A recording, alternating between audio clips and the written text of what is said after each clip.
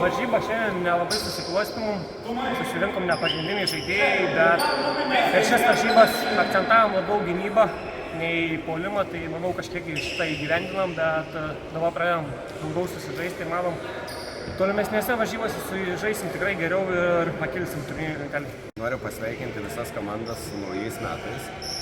Džiaugiamės, kad naujuosius metus pavyko pradėti pergalingai. Iš tikro, po pirmų rungtynių su Dragūnais galvojom, kad šiandien bus žymiai sunkesnės rungtynės. Noriu pasidžiaugti savo komandą, kad susirinkom daug žmonių. Tai davė mums galimybę palaikyti didelį tempą, ritmą rungtynių. Taip pat norėčiau turbūt pirmą kartą labai pagirti savo komandą dėl gynybos, nes šiandien buvo jaučiu geriausias sezono rungtynės šio iš gynybos pusės ir iš taktinės pusės, ką norėjom leisti varžovom, ko nenorėjom.